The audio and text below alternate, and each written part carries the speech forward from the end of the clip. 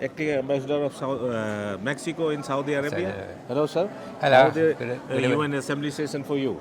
Well, it's really interesting. We started yesterday just taking part in the first session, just announcing the new opening of this branch of the organization in China. And today we're talking about the artificial intelligence, a specific topic of interest for my country. Yeah.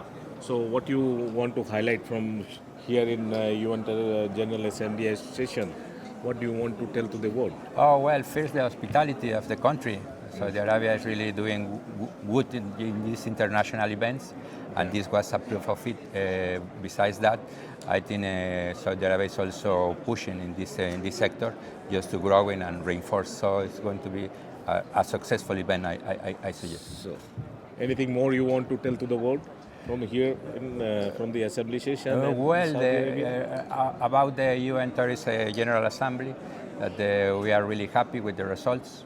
I think with the new Secretary General, we're going to have new trends, new policies. So I'm hopeful that this is going to be okay. So thank you for the invitation and regards to the world. Thank you. Nice meeting you, sir. Nice meeting you too.